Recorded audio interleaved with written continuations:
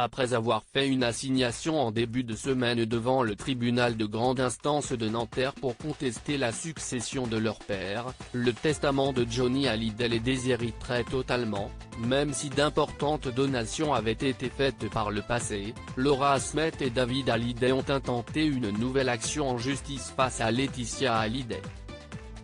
Affirmant avoir essuyé un refus de sa belle-mère, Laura Asmet a décidé de saisir la justice pour prendre connaissance du projet d'album posthume afin de pouvoir exercer ses prérogatives d'héritier, pour pouvoir confirmer le respect de l'intégrité artistique de l'entier contenu de cet album dont la presse a annoncé qu'il aurait été récemment terminé, a confirmé l'un de leurs représentants, Maître Emmanuel Ravana.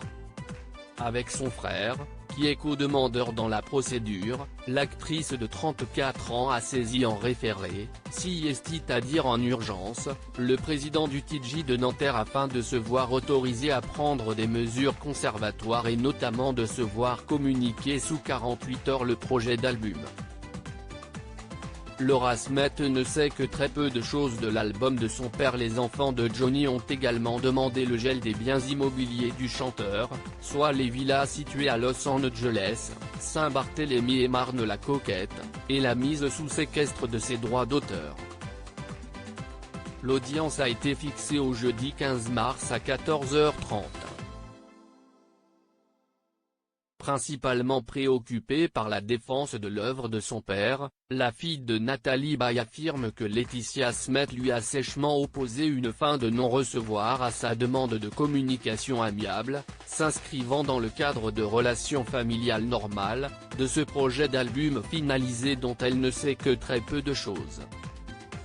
Les avocats précisent par ailleurs que Johnny Hallyday avait fait écouter avec fierté le 4 octobre dernier les premiers enregistrements bruts de quelques titres de l'album à sa fille Laura. Mort le 6 décembre 2017 après une courageuse bataille contre le cancer, le taulier a travaillé une grande partie de l'année à ce 51e album studio, inachevé, pour lequel une dizaine de chansons ont été enregistrées, notamment dans un studio de Los Angeles.